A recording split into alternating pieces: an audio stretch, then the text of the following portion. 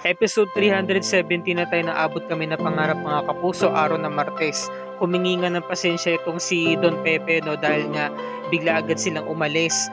Ginawa na lang pala niyang dahilan na sumama yung pakiramdam niya dahil ang totoo, nag-set up siya ng ganitong salo-salo para sa kanilang mag-aama kasi meron siyang importanteng sasabihin. Ngayon, sabi naman ni Lolo Pepe, nandiyan na pala si Obeng.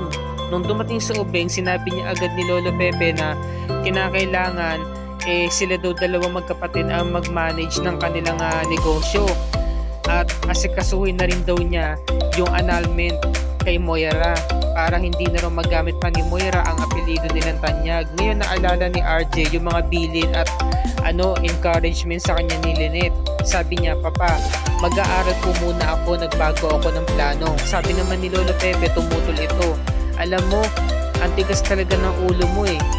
Hindi mo ko binigyan ng paalala dati na pakakasala mo si Moira, hindi man lang kita binigyan ng basbas, di ba? Ngayon, nakapangasawa ka na isang demonyita at tapos ngayon, hindi na napasa iyo si Lynette, nakasal na siya kay Dr. Carlos. Hindi ka nakikinig sa akin. Sabi ko naman sa iyo, isang tabi mo na muna yung pag-aaral mo at asikasuhin mo na muna ang annulment ninyo ni Moira." Sabi naman ni Giselle, "Papa, ako na po kakausap kay Obeng para hindi na po uminit ang ulo ninyo." Sabi naman ni Chang Susan, "Apo, uminom ka na muna ng gatas, aba. Nagmamadali ka na agad sa pag-iimpake, iiwan mo na ang lola." Sabi naman ni Annalyn, "Lola naman syempre, wala naman ako masyadong ginagawa, nire-ready ko lang po." Sabi niya, "Apo, papaalala ko lang sa'yo, kailangan matuto kang makisama sa Tatay Carlos mo kailan lang kayo naging nagkaayos, itong araw mismo ng kasal ng nanay mo." Sabi naman ni Annalyn, "Sa tingin niyo po ba, Lola, okay po bang kasama si Doc Carlos sa bahay?" At tingin ko naman kasi mabait naman siya. Mabuti naman siyang tao para sa nanay mo at mahal na mahal niya to. Ang sa akin lang, Apo, makikinig ka lang sa mga gusto niya. Ngayon, eto na. Sabi naman ni Lolo Pepe, "Ang tigas talaga ng ulo ng kapatid mo." Sabi naman ni Giselle, "Papa, hayaan niyo na po, kakausapin ko na lang po si Obeng.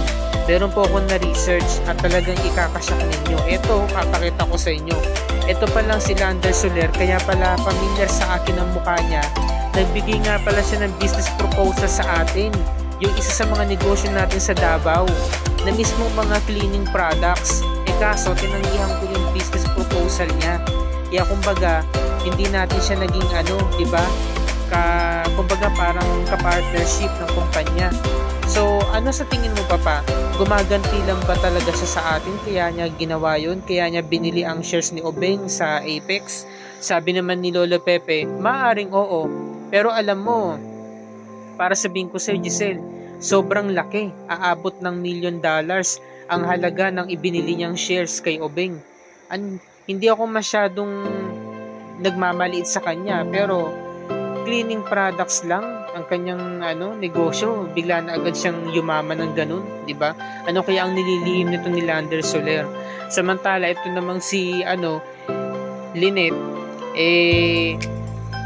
inalam ni Carlos kung ano ba raw ang pinag-usapan nila ni RJ.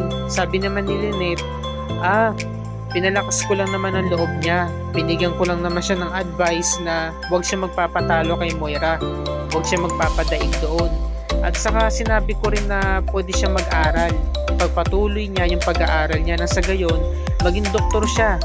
Ipamukha niya sa mga anak niya, kina Zoe at kay Annalyn, na kaya niya tuparin ang mga pangarap niya. Pwede pa naman yun, di ba? Sabi naman ni Carlos, "Oo, pero hindi na yun magiging katulad pa rin ng dati." Sabi naman ni Carlos, yun nga, hindi nga naging maganda ang araw nga ni Lynette dahil nga napagod siya sa buong araw, and then nakadagdag pa tong si Moira, diba? Humingi siya ng tawad kay Carlos. Sabi naman ni Carlos, "Paano nga ba nakarating niya si Moira sa venue natin? Hindi ko ba alam kung paano, wag na lang natin siya pag-usapan. Ikaw naman kasi, bakit mo pa kasi sinama pa si RJ sa venue?" Sabi naman ni Carlos, "Syempre para kay Annalyn, kaya ako to ginawa." Diba? So, ayun, sabi naman ni Carlos, meron siyang bilin kay Lynette na kung po pwede, sa loob ng pamamahay na to, magmula sa ngayon, wag niya nang babanggitin pa ang pangalang RJ. Sabi naman ni Lynette, "Naku, Magmula ngayon, hindi ko nasasabihin ng pangalan Tutut. Ganun, nagtawanan sila. Dahil ang babanggitin ko na ay walang iba kundi Carlos. Promise yan. Nag-promise pa siya kay Carlos, no? At si Carlos naman nagpasalamat kay Lynette. Diba? Nako, talagang ano na agad, pinagbawalan na agad ni Carlos. May mga patakaran na agad na sinabi kay Lynette. Diba? Samantala, ito namang si Annalyn, gustong tawagan ng nanay niya para kamustahin dahil nga namimiss ito. Sabi naman ni Chang Susan, sige na apo, matutulog na ako, good night na. Ay nako, huwag mo nang tawagan yung nanay mo, alam mo naman na nasa honeymoon eh. Alam mo kaya kayo nagkakaroon ng misinterpret ni Doc Carlos kasi kumbaga para bang kinakain mo yung oras ng bonding nila. Diba inaagawan mo sila ng oras. Sa pagkakataong ito, baka malay mo, diba, magkaroon ka na ng bagong kapatid. Ay naku po, pasensya na, ano ba talaga tong bibig na to? Naku, bata pa nga pala tong si Annalyn.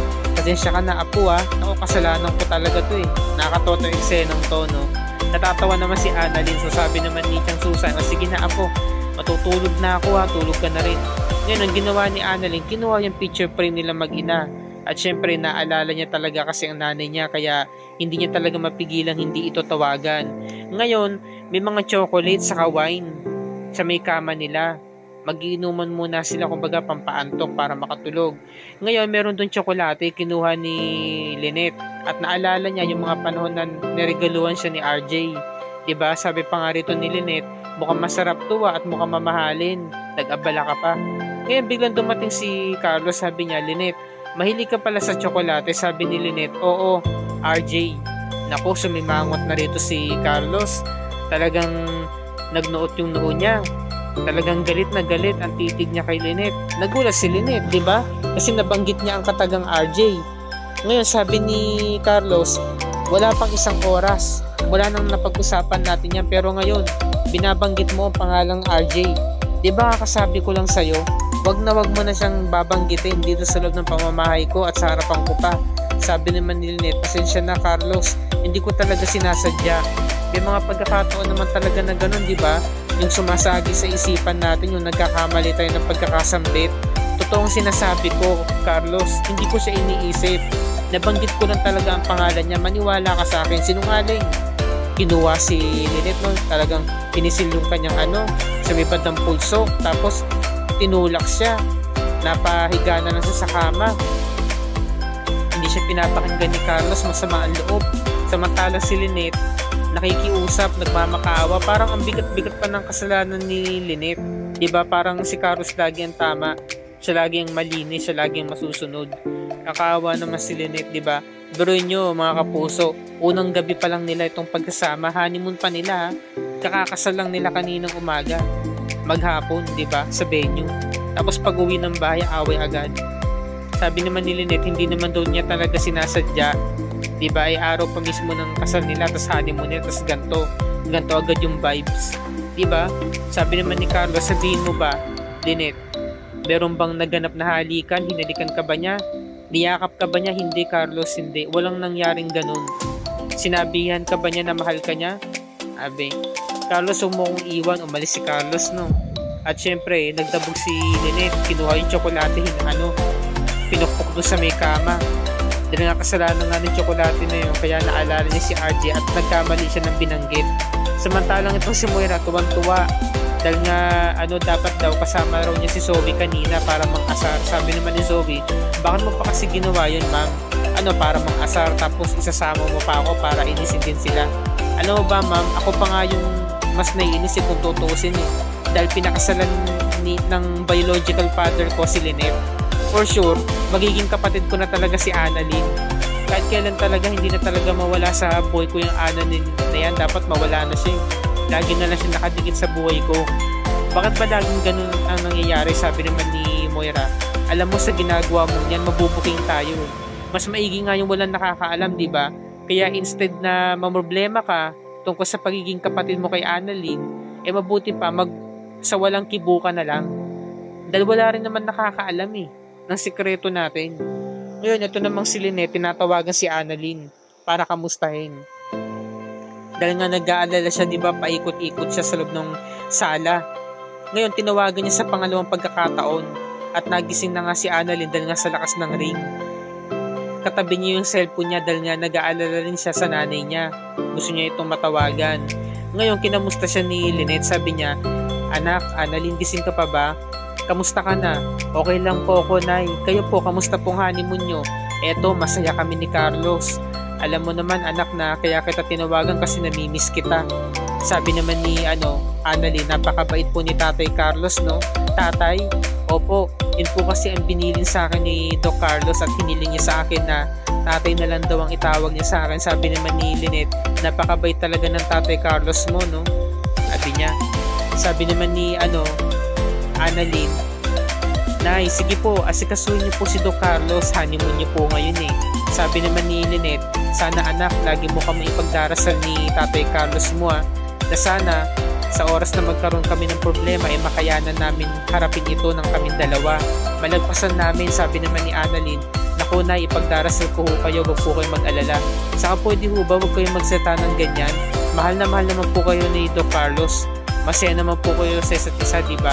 Basta po ipagdarasal ko po kayo, Nay, para po makatulong po sa pagtibay ng pagsasama ninyo." So yun na nga. Nung ibinaba na nga ni Lynette yung phone, diba? Nagdarasal itong si Annalyn at pinapanalangin niya na sana maging masaya at tumibay ang pagmamahalan at pagkasama ni Tatay Carlos niya pati ang nanay niyang si Lynette. Ngayon biglang dumating si Carlos at nakainom, diba? Sabi naman ni Lynette, "Carlos, buti naman nakauwi ka na, nakainom ka." Hindi siya pinapakinggan ni Carlos, masama ang loob at tahimik. Sabi ni Lynette, "Pasensya na talaga, alam ko kasalanan ko. Walang ibig sabihin yun yung nabanggit ko yung pangalan niya. Talagang nabanggit ko lang talaga pero hindi siya laman ng puso at isipan ko. Wala na akong nararamdaman sa kanya. Patawarin mo na ako, Carlos, pakiusap." Ngunit ang ginawa ni Carlos, umakyat na ng hagdanan, matutulog na, pupunta na sa kwarto nila. At dito na po nagtatapos ang review ni Rica para sa gabing ito, mga kapuso. Bukas abangan natin araw ng Miyerkules episode 371, no? Nakita raw ni Lolo Pepe itong si Lander Soler. Ano kaya ang pinaplano nilang mag-ama, diba? Samantala, ito namang si Carlos, nagbigay na ng mga habilin, mga patakaran. Naku, magsisimula na ang kalbaryo ni Lynette Santos sa loob ng pamamahay ni Carlos, na ang bilin ni Carlos ay kapag may kapagkita raw siya kay RJ ay kumaari kasama siya, tatlo daw sila magkikita.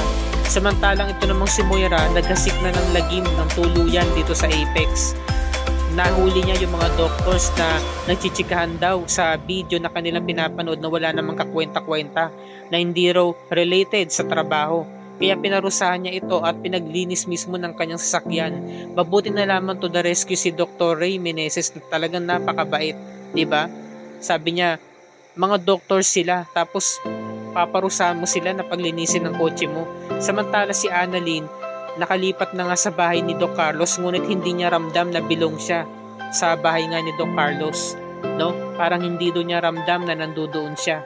So, pakatunghayan natin ng mga eksenang ito. Maraming kaganapan, maraming mangyayari, marami na namang kaguluhan na talagang dapat abangan dito sa episode 371 ng Abot Kami na Pangarap. At kung bago ka pa lamang sa aking channel Kapuso, please like and share this video on your social media platforms. I-hit mo na rin ang subscribe at notification bell icon para lagi ka updated sa mga episodes ng Abot Kami na Pangarap and other GMA shows tulad nito. Maraming salamat po sa inyong panonood, mga kapuso, and God bless us all.